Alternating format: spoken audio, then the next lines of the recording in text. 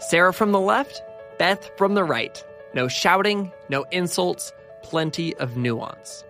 This is the tagline behind Sarah Stewart Holland and Beth Silver's podcast, Pantsuit Politics.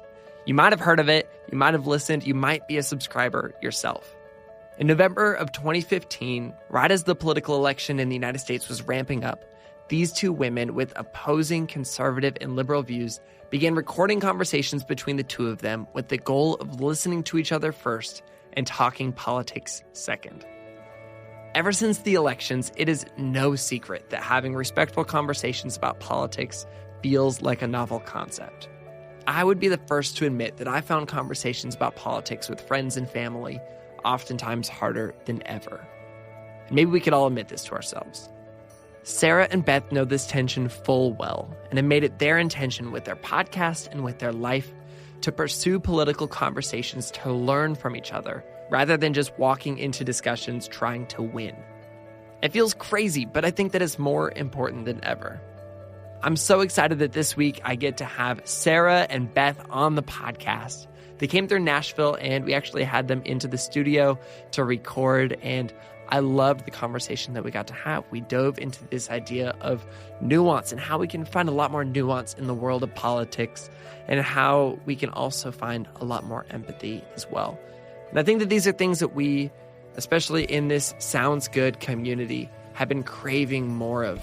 And a lot of our episodes recently have been centered around this. And so I'm just really excited about this conversation.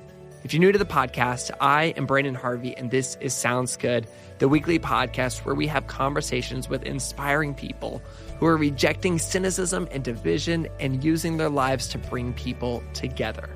So without any further ado, let's just jump straight into our conversation.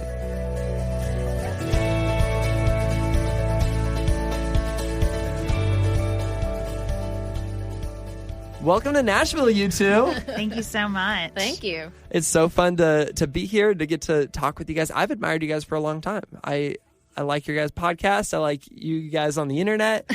Thank you. I love what you're doing, too. I listened to a bunch of your episodes on my trip to the beach last week, and I loved them. Thank you. That's awesome. So fun. You guys are in town for an event. I was telling you guys this before we got started, but right after the election, I was having a conversation with a bunch of friends, kind of like, I think that most of America was, about politics and just trying to make sense of everything that's happened in the last year.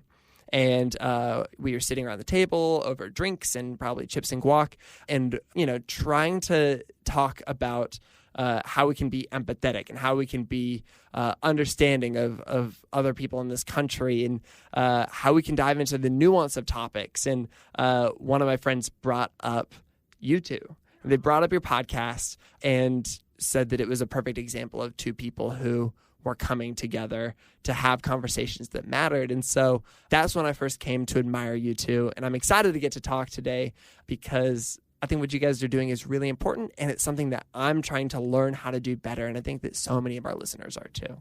Oh, wonderful. Wonderful. Thank you. Yeah, thanks. That's such a compliment. That's definitely what we are striving for. It's definitely, sort of our guiding light when we started the podcast. It's not hard to talk to Beth. That's, so I do it 2 times a week. Even though we see several issues differently, that's not the hard part. The hard part, I think, is what both of us try to do, even though we come from different sides of the political spectrum. And especially post the election, is put ourselves in the place of people that we have difficulty, that it is hard to think about where they come from. I live in a very conservative area. I'm a progressive, and so it's something I think about a lot. It's really important to me. I was telling you before we got started, I used to love the show Sister Wives, and they described polygamy as rubbing your rough edges off. And I think that's what those conversations do. I think it can be a spiritual practice. I think that it is good to live and be and exist and interact with people that are different than you, to rub your rough edges off, to make you question where you're coming from, and to it's a spiritual muscle just like everything else, and it's good to work it out. For the sake of audio, really quick, I will say that was Sarah who just spoke. Sarah from the left and Beth from the right. That's what you guys say, right? I'm loud, yes. and Beth is a quiet talker, so you'll be. I have a little bit of a delicious dish voice, as we've talked about many times. Oh, that's on the good. Podcast. That's real good. And so you guys both live in Kentucky. Yes. Which is a wonderful thing for a political podcast because I feel like most political podcasts I listen to come out of New York City. Brooklyn, San Francisco. Yeah. Live from LA. And I love all that. Like, they're fantastic. But if there's one thing we learned in this election, it's that maybe we've got a little bit too much emphasis on some coastal stuff going on. And I'm a West Coast guy, but, I think that there's something really special about the fact that you guys are talking about this from the middle of the country and you guys are able to dive into nuance because you guys can experience the full spectrum of things. It's been interesting to have people react to the fact that we're essentially in, what they think of as flyover country, when Kentucky is so much at the epicenter of a lot of what happens in Washington, D.C. The Senate Majority Leaders from Kentucky. Healthcare in Kentucky has been quite successful under the Affordable Care Act.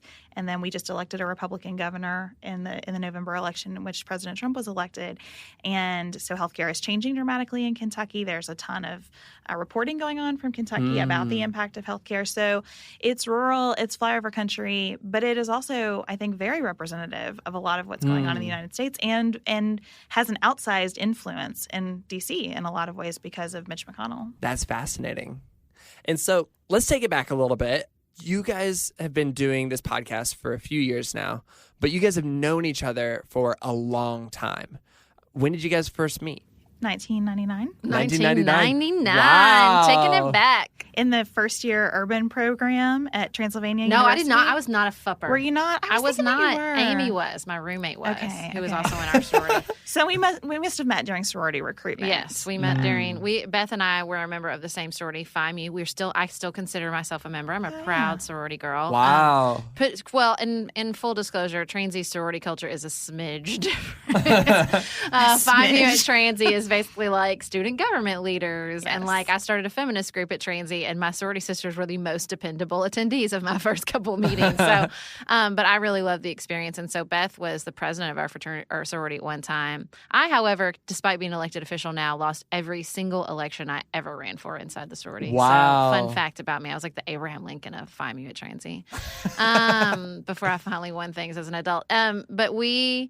So we've known each other for a very long time, since college, but we did not stay in close contact after college. It was Facebook, all roads lead to Facebook. And so after college and once we both became mothers, we started contacting and seeing each other on Facebook. Because you were connecting over both being mothers? Was that I had a blog, so I don't know if that's where you sort of stumbled back upon me. I was reading Sarah's blog. I really liked what she was doing with her blog. I think it allowed me to see her as an adult as opposed to a college student. I think I was wonderful as a college student. She was wonderful. I've evolved since then. Well, I think we all evolve, right? Yeah. And you have kind of a one-dimensional sense of people in college versus what you're capable of as an adult. And I loved Sarah's blog. And so I think during my first maternity leave, I started reading Sarah's blog and liking it. And at that point, I started sending her things like, hey, I wrote this thing. If you want to share it on your blog, that's great. If not, no worries.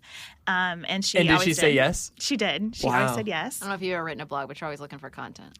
Very often she'd be like, thank goodness because I'm going on vacation. I need some stuff or whatever. Perfect. And so we had an exchange about Syria that I think was a kind of a good debate. And then on my second maternity leave, that's when I was like, diving into it a little bit more. And were you aware of the fact that you differed politically? Because Beth, I don't remember knowing that about you in college.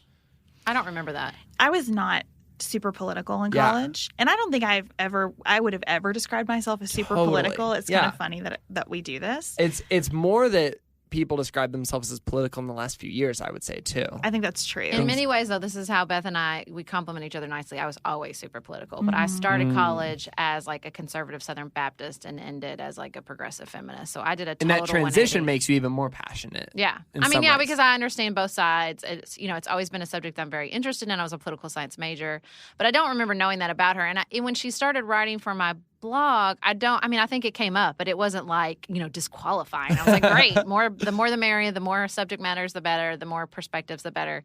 And she wrote a fantastic piece called Nuance after the Caitlyn Jenner winning, what was the Arthur Ashe Award, the controversy. It sort of triggered all these discussions. And she was basically like, I look back now at that discussion, I think how quaint that we were arguing about Caitlyn Jenner. Oh, the good old days.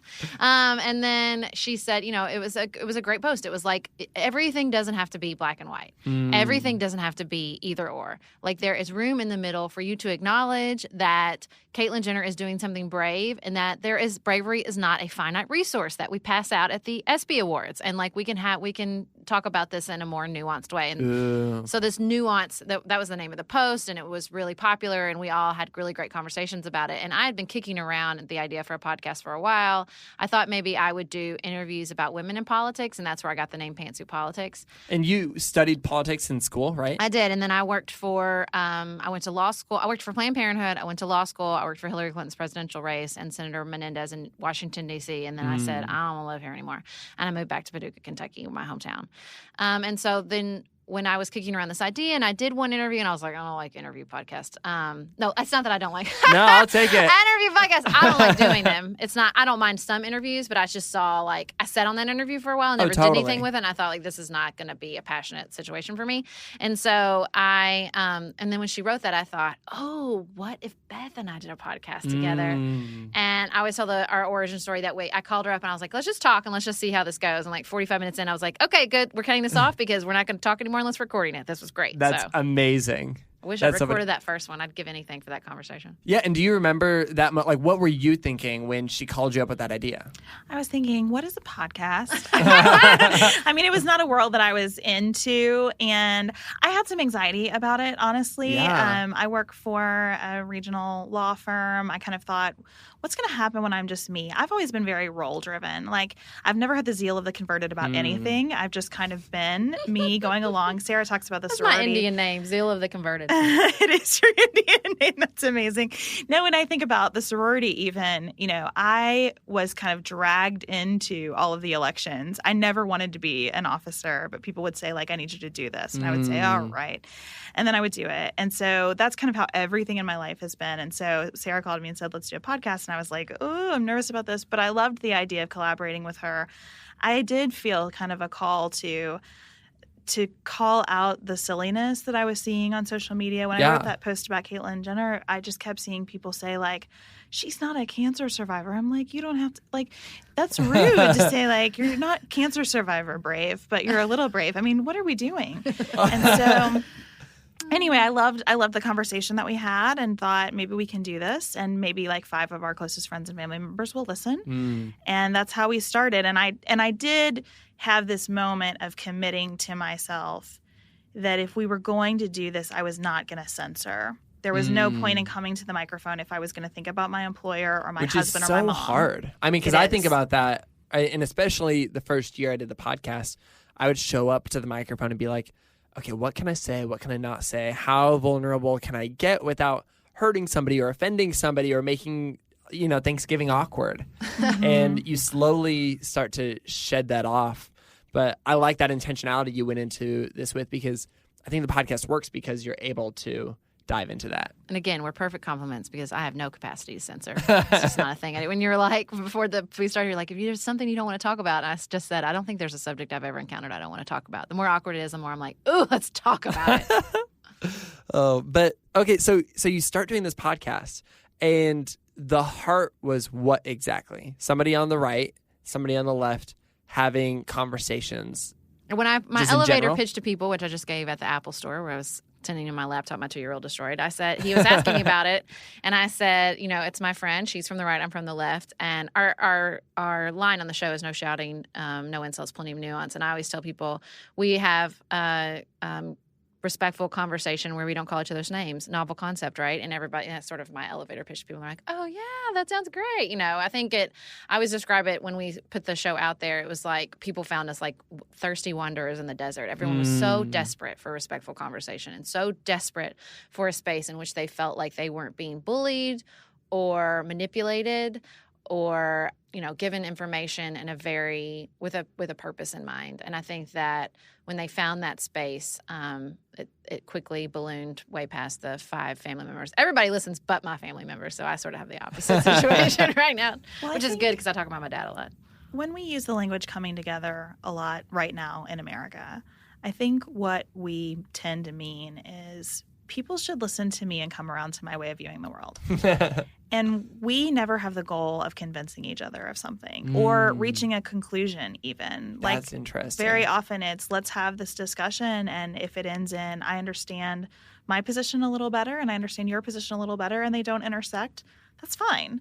We do agree a lot. And sometimes people will comment on like, why, gosh, you guys agree too much. Like, can't you debate a little bit more? And we're like, no. And I think the reason that we tend to agree a lot is because we try to dive into the issue a little deeper. What are the principles underlying our positions on this? Not just what are the talking points that you could get from any pundit sitting on any set. We also don't treat it like team sports. Yeah. We're not opposite each other. We're on the same team. We're all on the same team. Yeah. It can be the human team. It can be the American team. It can be the Kentucky team. And so if we're all on the same team, what is the common goal of that team? How would you define that then?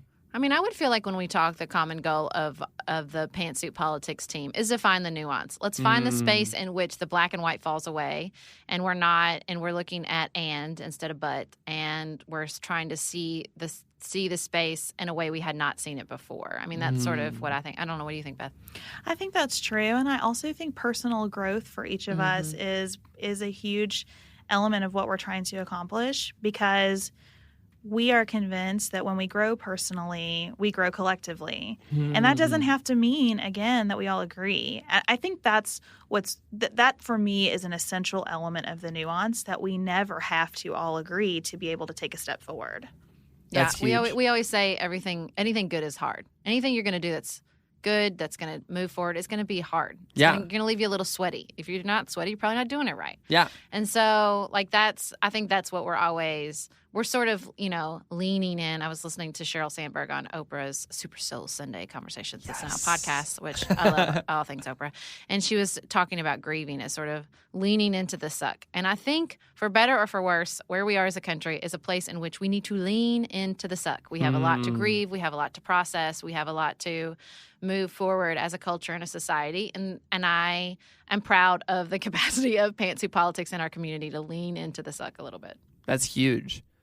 I want to talk a little bit more about nuance. I feel like this is a word that I remember learning a few years ago. Like, this is not something I grew up with. That word is having a moment, for sure. But I think it's really, really important. I was in this big group of people one time, and they're like, what are you learning right now? Like, you had to go around the circle, and everybody would be like, what are you learning right now? That's a great question. And it's a really interesting question. And people had such a diverse number of things. But I basically, and people would like cheer after each one. They're like, I'm learning that this is true in the world, or I'm learning that this is true in the world, or I'm learning that I need to do more of this. And I said, I'm learning that I just want to be wrong a little bit more and maybe dive into the nuance.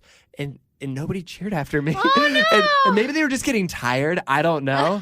But I was like, okay, this isn't like an easy thing. It's not a cool thing, but it's a valuable thing. And so I'd love to dive into this a little bit more.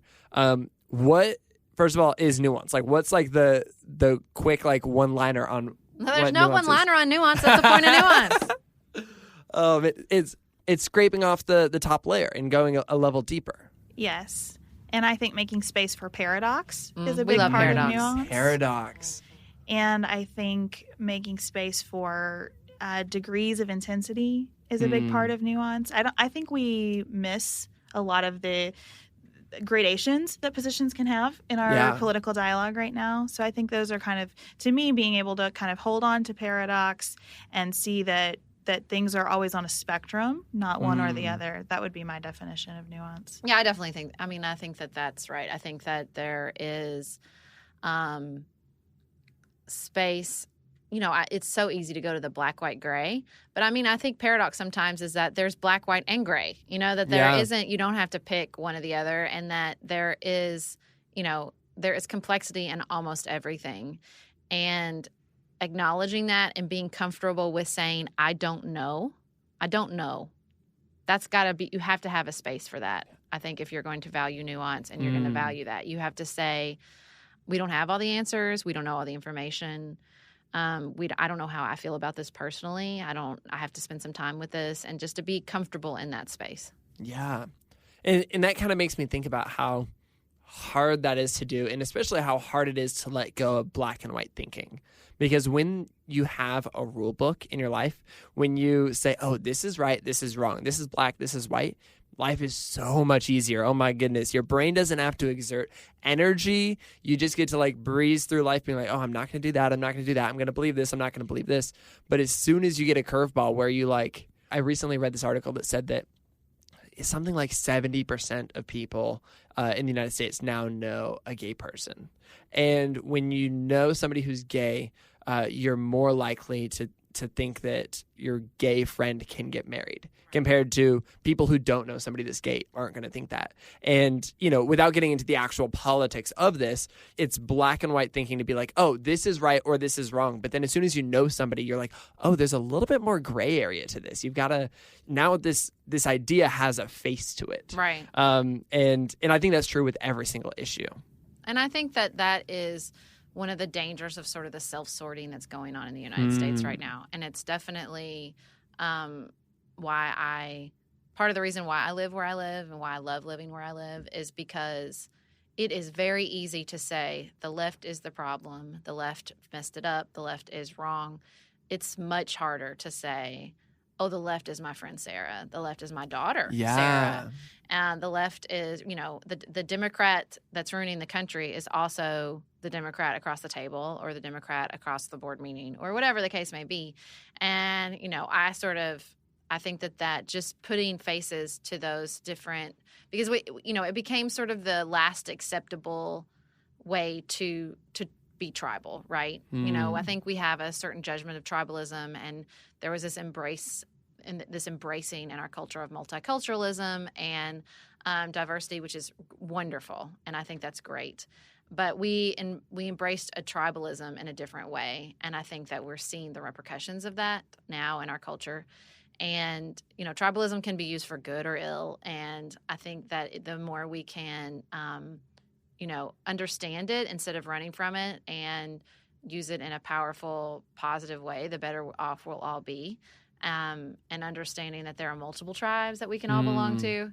But I think that's a human drive. That we need that, and that's why we self-sort. But one version of self-sort, metro or urban self-sorting is no more or less inferior or superior than rural self-sorting. We all do it, and I think that the power of pushing those ideas into new places and showing up and being a part of, different tribes in which you can say, look, we're in the same tribe. We live in the same hometown together. But friendly reminder, I'm your friendly neighborhood Democrat, and I am not an enemy of America. So, it's a good thing. It's a good thing. So a pattern with us that everyone will notice is that Sarah thinks about the group identity, and I'm always thinking about the individual.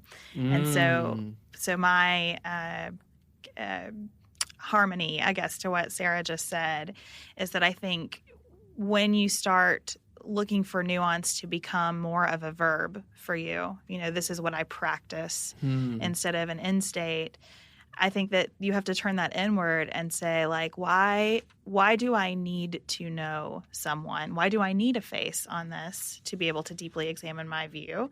And when I take my view, what does it mean to me to have it? How much of my identity is that I am for or against whatever we're talking about? And I think when you hold those two things together, where do I identify tribally along with, and what does that mean to me personally? That's when you could develop a greater capacity for nuance. But another thing I wanted to say before we kind of leave this is that nuance is not, to me, always seeking to give legitimacy to every facet of a topic. There are some things that I think are black and white, and I don't think that looking for gray in and of itself is a value that we ascribe to. And that's something that we have dialogue key with our listeners about. That's really interesting. Yeah, we've had to make space for that, and I think we've had to come up against – because it's hard. Once we adopted the identity of this podcast, right, it became one of the roles that we – as individuals were performing, and it is, it's performance just like everything else. And, I think once we got in that space, it became, we had to, I think what Beth was just describing as the role of an individual is being aware, right? And that's what we all need to just, take a breath, don't react, respond, be aware, just take a moment. And it would have been easy, I think, for us to, once the podcast took off, to sort of take on that role and say everything. We could have I think we could have done two things. We could have found the conflict because that's people like it, or we could have found the gray because there's another subset of our audience that really likes that. And in certain situations been like, okay, well, let's find the nuance with this one position that we all find abhorrent, And so I think either one and could have been, I felt the pull of either one at certain points in our podcast evolution. And so, the capacity to say, no, wait, hold on. Let's respond, not react. Let's not. I mean, it's not always easy. That it's important. You found the nuance between those two things. Yeah, exactly. Oh, I love this quote. One of you guys said this. I don't remember who it was, but I was listening to, I think your guys' podcast or maybe reading an interview or something like that. But you said, we set out to find nuance, and then God gave us Donald Trump, and it's so much harder. And I think that's hilarious because at the beginning of the election, I set out to create essentially a tool or just something that was ultimately going to be for me. And then I was like, oh, this is going to be helpful for other people as well. I hope that that helped people find the nuance in the whole political season. I can look back at past presidential candidates and people that I didn't vote for or even did vote for and find things that I loved about both and hated about both. And I think that being able to dive into that is so key. And so I set out to do that at the beginning of this election season. And then Donald Trump came along and I was like, oh, I don't know if it's healthy for me to say, let's look for like the good stuff in this particular speech he gave or that particular speech he gave. And it became so much trickier. How do you navigate Donald Trump? I think that Beth and I both are big fans of a Franciscan monk named Richard Rohr, who writes a daily email. He's fantastic. He's the best. I love Richard Rohr. And so he, I'll never forget he had an email where he was like, you really know that you've come to a contemplative place when you are not bothered by someone who is black and white and lives fully in the false self and the ego. And I thought, I am not there yet. But I think about Donald Trump a lot. And I think that's the understatement of the century. But I thought about Donald Trump when I read that, and he's, there's been a couple recently where he was talking about when you can occupy a space of wanting growth for somebody. And look, I would love for Donald Trump to wake up tomorrow and to have an epiphany and to become a fully enlightened spiritual person and to, occupy a place of self-growth. Donald Trump has family that loves him. He is a human being, and it is very, one of the best pieces of political advice I ever got was Bill Clinton told me that not like our personal lunch, like we weren't like hanging out. I met him in a book tour, but he said, you need to meet a lot of different people because people want to see politicians as two-dimensional, and the more people you meet and the more levels on which you can relate to them, the more you seem more like a three-dimensional person. And I think we are definitely in a space right now in which Donald Trump is a two-dimensional caricature of a human being, but that is not reality. The reality is that he is a real person with real kids and grandkids and ideas and an outlook on the world. He just happens to be a very powerful person. And so, I think that for me with Donald Trump, what I have to think constantly about is I can't let him become bigger than he is. And I also, sort of can't let him become that caricature. And I have to remind myself that he is a human being and that he has a lot of power, but that, to constantly keep sort of what's happening in check and perspective, because I don't ever want to feel like I did on election night again. I won my first race, but I was on the floor because I said the next day on our podcast, I put too much in that basket. I put the future of the planet and my children's future, and not to undercut that there are decisions that do affect that. But I can't put everything in that basket. It is not a healthy place for me to be in spiritually or emotionally or psychologically. And I have to put politics in its place as much as I love it. And I have to put Donald Trump in his place, as powerful as he is. And to walk that line is difficult, and I don't always get it right every day. But the conversations with Beth and our community help me do that. And, it's just, I think it's if anybody's rubbing all of our rough edges off right now, it's definitely Donald Trump. And what does that look like for you, Beth, as the person on the right? Because you guys are talking about this every single week. And I would imagine that your community, the people in your life are more in the Donald Trump camp than yours are. You'd be surprised, but my dad voted for Donald Trump, so I got some Donald Trumpers. It's been very clarifying for me, I would say, and I have had to think pretty deeply about what it means to be from the right. Why have I been a Republican, and what does that mean to me? Because I don't see any of myself in Donald Trump. I don't see any of my views in Donald Trump, and it's helped me divorced myself a little bit from that identity. I've talked on the show and about... what's the identity of being on the right or conservatism or republic? Yeah, I don't know. I think I'm still answering that question because what do any of those things mean right now? You know, none of them mean what I thought they meant. No. And so what I have come down to is, look, maybe I don't have a political home and that's okay. You know, maybe this party doesn't represent me anymore and that's okay. I can still own that my views are probably considered right of center because I look at the federal government as a problem solver of last resort. That is for me the defining trait. What role do I want the federal government to have?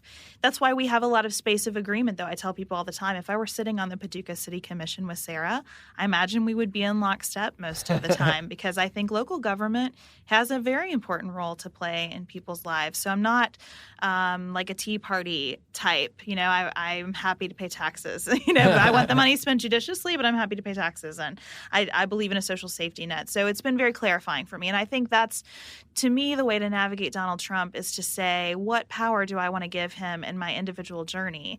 And that's as little as possible, A. And B, I can always be either in a space of growing or shrinking, and I want to be in a space of growing. And I think that when we start to define ourselves as with or against Donald Trump, and that becomes consuming, that is a shrinking mentality. And so that's not where I want to be. So I can be clear about where I have opposition to what's happening. That clarity, though, does not need to make me consumed by being against something.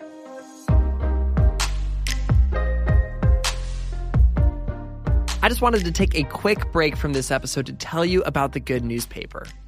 The Good Newspaper is a physical quarterly newspaper that celebrates the people, ideas, and movements that are changing the world for the better. The first issue of the Good Newspaper is already out, and it highlights data and stories that remind us that there is so much hope beyond the headlines we see in the news most days. And then on every single page, the Good Newspaper offers tangible ways for you to get involved and make a difference in the world. Get your subscription to the Good Newspaper and get more good news delivered right to your front door. Go check it out at goodnewspaper.org. Now let's jump right back into the conversation.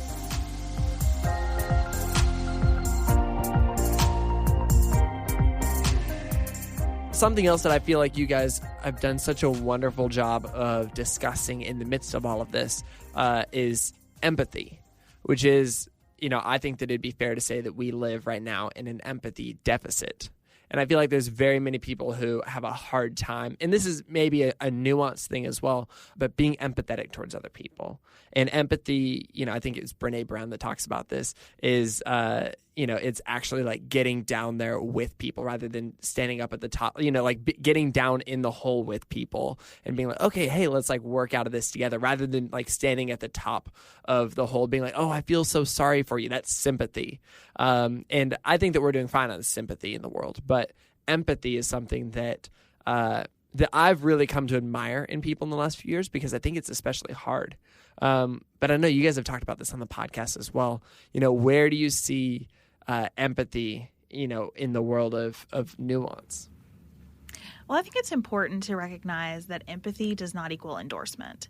I think we are having like a rejection of empathy in some ways in the larger conversation right now. Following the events that took place recently in Charlottesville, you heard people saying, are we finished now with trying to understand the economic anxiety of white America? And I understand that reaction 100%. Understanding it doesn't mean, though, that you embrace it or elevate it or anything else. You can get down in the hole and say, I don't want to be here. And maybe you shouldn't want to be here either, and let's work together on what happens next. So I think our capacity for empathy can grow in this moment as long as we understand what we mean by that, which isn't, I empathize, therefore you must be correct, or I empathize, therefore now we agree. It's I empathize so that we can remember we're both human beings, and we got to find our way forward together, and you're probably not going to change much, and I'm probably not going to change much either. And what does that mean for us? And I think it also that it's almost like what I hear a lot from progressives is empathy and trying to understand someone implies that it's more important. I heard the most amazing quote the other day, and I think it was from Brené Brown on Oprah's Super Soul. Endorsing that conversation again, that podcast again. She said, in a scarcity culture, we look for the extraordinary. And I thought that was so good. And I think I see that in so many ways in our political conversation, because our political conversation absolutely operates from a scarcity mindset, partly because it's built into a winner-take-all electoral system, partly because of the way the news cycle works. There's a lot of external factors, but you see it a lot. If I give empathy to, or I seek to understand white rural America, that means they're more important. That means I don't have any left. That means we don't care about black inner city, that we don't give them the same kind of, I mean, it's not a finite amount, guys. And so I think that you see that sort of, that as if empathy was a finite resource, as it's scarce, and we can only give it to certain groups. And I will say that I think that, you know, where I live, in a county that elected Donald Trump, that voted for Donald Trump, with a lot of conservative people, that there's a resentment of the idea that we have an empathy deficit, because in their individual lives, there is a lot of empathy and a lot of work and a lot of reaching out to people. You know, there's been a lot of really interesting articles about counties that voted for Donald Trump and hated illegal immigrants, and then when the ICE crackdowns came and took these immigrants in their own community, they were like, oh, wait. You know, and I used to say that a lot about race in the South. They're not so bad, except for so-and-so, he's great. You know what I mean? Like, yeah. So there's a lot of individual viewing, you know, that sort of individual filter. Empathy, when I know you and I'm looking in your eyes, I'm more than capable of. But do not ask me to exercise that on a global level, because that's not, and maybe there is space there to understand that is a big lift. And I also think what you see from the left is, you know, a big lift on the global level, but in urban areas, you know, there's not as much, let's say, like sort of individual community service. You know, like there's sort of, I think a lot of it is how our brains exercise. We read a really great book for our book club called The Righteous Mind that I've been thinking about nonstop. And he talked about like churchgoers do more community service than other groups, but they do it within their tribe. They do more outreach to other churches, to people within their church community. And I wonder if there is some sort of psychological drive there. Like we are more capable of empathy and giving when they're within our group, right? And if we, you know, should we fight that? Should we try to grow beyond that? Do we have to pick? Maybe we can try to do that, acknowledge that that's where we go as human beings and exploit that as the case may be. And go push ourselves to exercise that a little bit beyond our group. I think there's a pull there between both places, because I don't think, you know, sort of the cliche slapping the Facebook filter on your profile pic, that's not empathy. It's just, I mean, it is on a very small level, but is there one is better than the other? You know, do we have to rank and file, and can we exercise, like maybe somebody is going to say on the surface that they don't want to help Syrian refugees, and you do, but they do more community service on an individual level. You know what I mean? Like, I think there's some complexity there that we don't really want to acknowledge. Yeah, that's so interesting. The Righteous Mind, man. It'll rock your world. You gotta wow. read it. You know, I think the other aspect of empathy is that you can have empathy without it necessarily leading you to a policy conclusion. And often empathy doesn't make great policy. Something that we struggle through a lot as we talk on the show is in countries where people are being oppressed and we have empathy for those people, it creates in you this desire to do something. And sometimes the United States military doing something would not help those people. But the empathy that we have creates that policy desire to try to do something.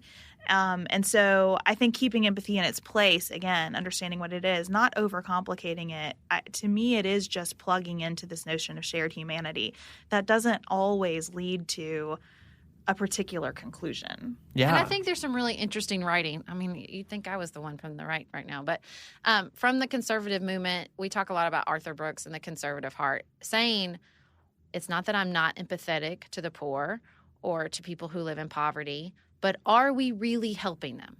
Are we really, what is our goal? Are we meeting it? Yeah. Because it's certainly not immoral, and I don't know if it's all the way wrong to say that the social safety net has harmed people as well as helped them. And so to consider that carefully and to think, where are we going? What are our goals? to sort of take the millennial innovation mindset, fail quickly, fail fast, figure out what's working.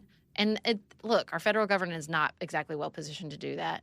I don't think that all those solutions can come from the local level either. I can tell you, as the Paducah City Commission is not ready for that lift, okay? Like, we're not up for it. But, you know, where do we walk that line? Where do we figure that out? And where do our institutions need to change in order to be more adaptable and to figure out those problems? And I think this applies to the social safety net, but applies to empathy on a much more personal level as well, and in lots of context. You hold empathy as one value. Next to it, you hold agency. And agency should be a natural outgrowth of empathy. So I've plugged into my shared sense of humanity with this person, which means that person deserves as much agency as I have. And what does that lead me to next? I mean, and I know that the new hip trend is to beat up on J.D. Vance and hillbilly elegy. That's everybody's new favorite parlor trick. But one of my favorite things that he writes about in that book is the role of agency in people's lives. And the part of that book I will always take with me is he said, when you are a Democrat and you say the government is the solution to everything, you remove agency. And when you are a Republican and you say the government is the problem in every person's life, then you remove agency. Both of those, presenting the government as either the sole problem or the sole solution, removes agency from people's lives. And people need agency. They need to feel like they can solve their own problems. Wow. And I love this idea of when you dive into, again, bringing it back, the nuance of all of this. Yeah, let's all say it together. Nuance. I can't believe I just got everybody to do that. That's wonderful. But when you dive into the nuance, I think that that's really, really powerful, because if we could all do that, if we could all come together, I think that's where the impact can happen. That's where we can solve the problems. And I do want to say, though, it's not, like I said, anything good makes you a little sweaty. It's not easy. No. So often I like this sensation, and I very much like to see other people do this, but you can feel your brain kind of bumping up against the wall. Like, you can just kind of feel your brain being like, no. No, I don't want to do this. This is not the way my world works. This is not my understanding. You know, my understanding is that good, progressive people live in big cities. And, you know, I mean, like, you can feel people doing that. And you can feel that, oh, no, I don't, this is the rule I've written for myself in my life, and you're messing with it, and I don't like it, because our brains don't like that. Not to the righteous mind, but go back to that. He talks about, you know, our brains are big elephants, big animal instinct, emotional elephants, and we have a little bitty logical person trying to steer the elephant. And so I think, you know, you can feel your elephant be like, I don't want to go that way. I'm not going to, you can try, but I'm an elephant and I'm in charge. And so it's, you know, but if you can find the elephant pushing back, you're probably going the right way. You know, like push into that, lean into that. Well, Branden, I know one of the things that you're really interested in is hope. And I think hope has a lot to do with our brains hitting that wall, because I think a lot of us have lost hope that there's anything for us on the other side of that wall, or that even if we reach the other side of that wall, we can do anything about this.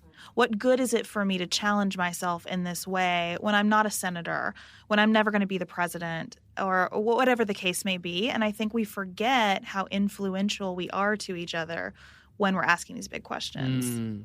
And I think what's really hopeful is that, and I have to remind myself of this, because I don't know what it was like to grow up in the 50s and the 60s and the 70s.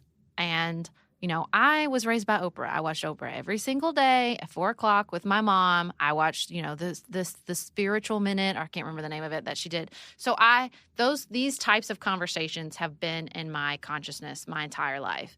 And I have to remind myself that that is not true for everyone. And that my great-grandmother and my grandmother and even my mother were not having conversations about empathy and vulnerability and nuance. These are they feel so, you know, I don't know the word I want, sort of forever. Like, they feel like rocks that have been here forever. And they have, but these conversations surrounding them that we are having as a culture, largely probably in part due to the internet, I would argue, it give us and it take us away, that internet. But when I want to feel hopeful, I have to remind myself that that was not always the case. And the conversations people were having about humanity and philosophy were either extremely limited to an elite group or extremely limited in scope and understanding, and that we're bridging a divide. I believe that, and I think that we are having conversations in a much larger level.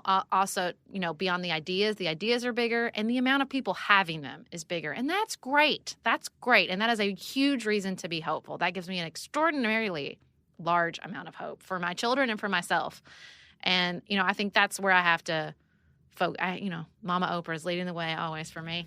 I have to take us on a little detour since you talked about rocks. Please. I've been thinking about this nonstop since Sunday morning. So I go to church on Sunday morning, and my pastor has this vase, and she puts a bunch of rocks in the vase, really big rocks, and it looks like the vase is full. And she says, "Is the vase full?" And everyone says yes. And then she puts in some smaller rocks, and then she puts in sand, and then she puts in water. And she said that this is an exercise used a lot to talk about time management. And people usually think the point is, well, if I really want to do something, I can squeeze it in. And she said, no, the point is that the big rocks have to go in first. And I've been thinking about that so much because if we zoom way out as a culture, our big rocks used to be survival. Mm. And I think we still behave as though our big rocks are still survival, and they aren't. Wow. We aren't facing biological threats. We don't need to find a place to be still and warm and hope for, most of us are living in such a comfortable way, but our big rocks are still, how much money do I earn?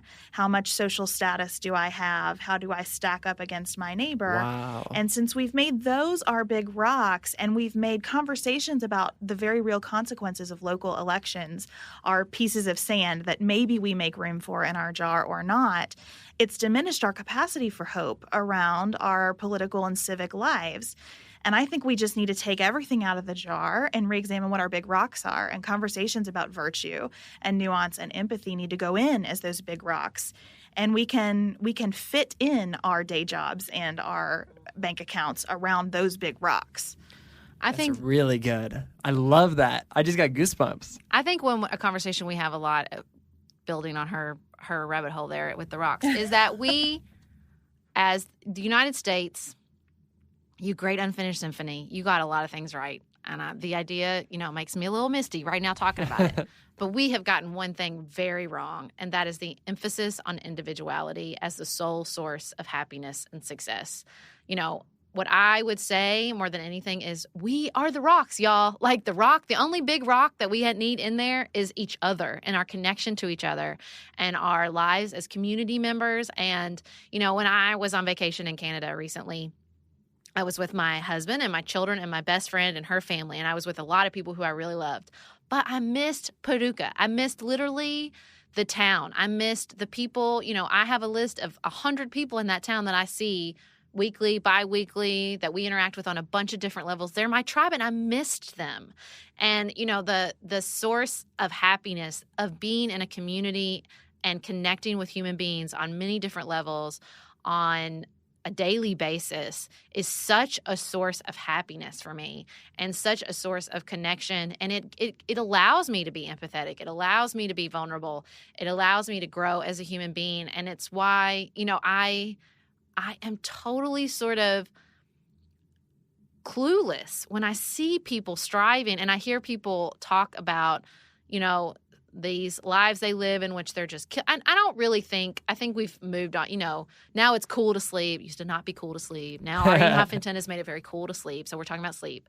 But, there is still a huge space in this society in which you are the source of your happiness and your success, and everything is about your time management and your decisions and your job and your career and your choices, and it's too much damn pressure for everyone.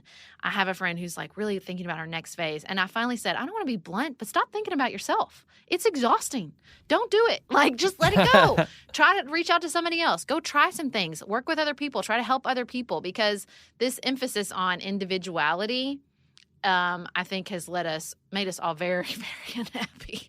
And, and really our founding fathers and the way that our society functioned for hundreds of years, even though, we were a pioneering culture, there was still a huge amount of community and a huge amount of, that tribe that we all need. And I think that the more we can fill the vase with just each other, we are the rocks, everybody. But this emphasis on individualism has made us very cynical about that, right? You have people who hear love and compassion and community and think, what a bunch of millennial crap. Like, very pie in the sky, friends, but the world is ruthless. And I think that's because the big rocks are the wrong big rocks in the vase. Krista Tippett has a paragraph in her book, Becoming Wise, that I've read probably 50 times over the past week, where she talks about how when young people say they want more transparency and more authenticity, we should not shake our heads at that. We should recognize, and I love this phrase, a holy longing for us to be who we are and to align what we do with who we are. Right. And I think that's really good. kind of what we've lost. And I think that, look, it's exercise, that holy longing is exercising itself in a whole manner of ways. And some of them are easy to be empathetic to, like millennials, like people longing for community, and some of them are harder. But I was listening to the New York Times podcast about Charlottesville and the protest, and she was talking about how shocked she was by how many of the white nationalist neo-Nazis were young men. And I think that they are also looking for that holy longing. They want to belong to something. And this is what has been offered to them. And I think we have to be honest with ourselves about that. I think it's easy to say racism is evil, but I think that ends the conversation and it doesn't fix anything. And it doesn't make any of us ask hard questions of why. It's not new. Young men have wanted to be, I say this as a mother of 3 boys, so I think about this a lot, have wanted to be a part of something. And we have to give them something positive to be a part of and not put everything on their shoulders as, young men and say, again, it's all up to you as an individual to solve all these problems, as opposed to let's give you a good group to belong to.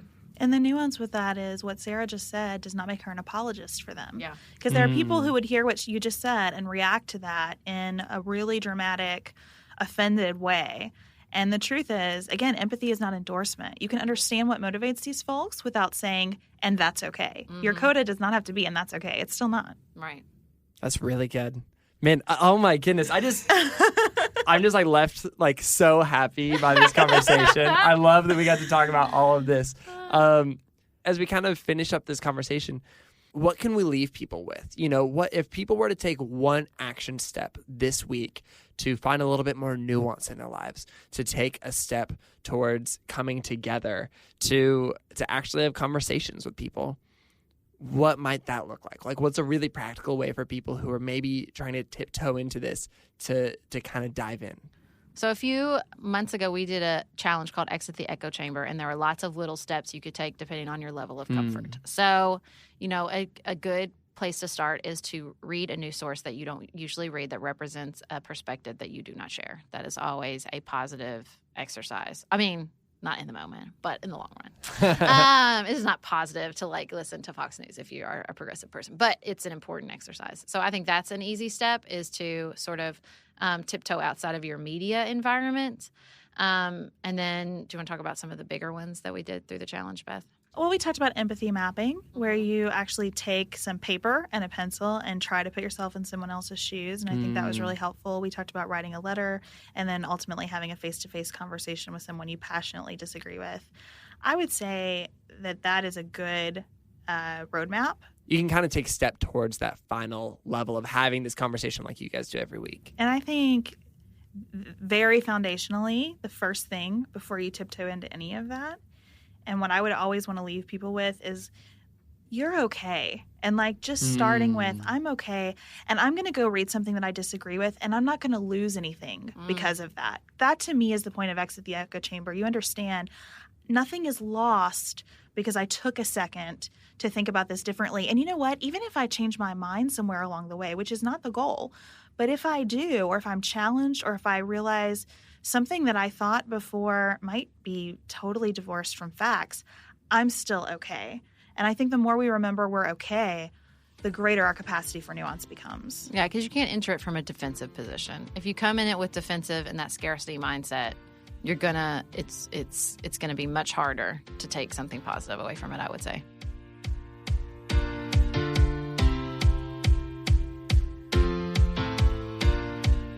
Y'all, what Sarah and Beth said was so important and absolutely relevant to where we are all at in 2017. I absolutely love that these two powerhouse women are unafraid of conflict and fiercely advocate for the presence of nuance in our day-to-day conversations, especially when they're about politics, because I think that we need it there more than anywhere else. One thing that they said about nuance in this conversation that really stood out to me was this. They said, an essential element of nuance is that we never have to all agree to take a step forward. Anything hard is good. If you're not sweaty, then you probably aren't doing it right. I think that's really funny. And isn't that so true? When we don't have the goal of convincing the other person of something or reaching a conclusion when we're talking about politics, it can be an incredible opportunity to learn. I love that.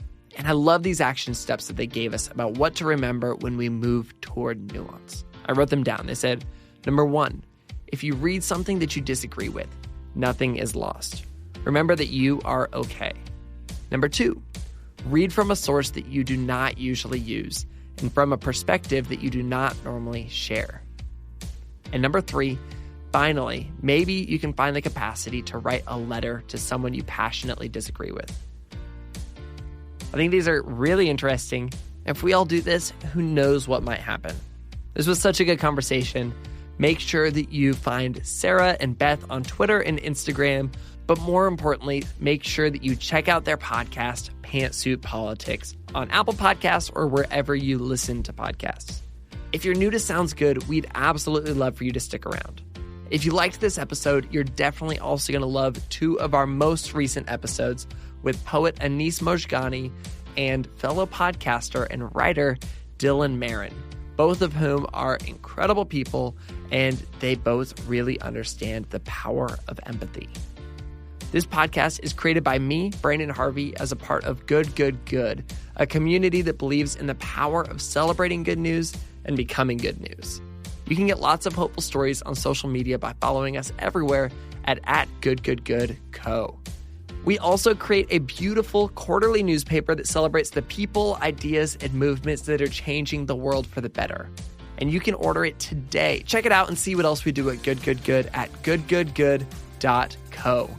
And on that note, that is a wrap for this week's episode. Go out and do some good this week, and we'll be back next week with another inspiring conversation with an incredible person. Sound good?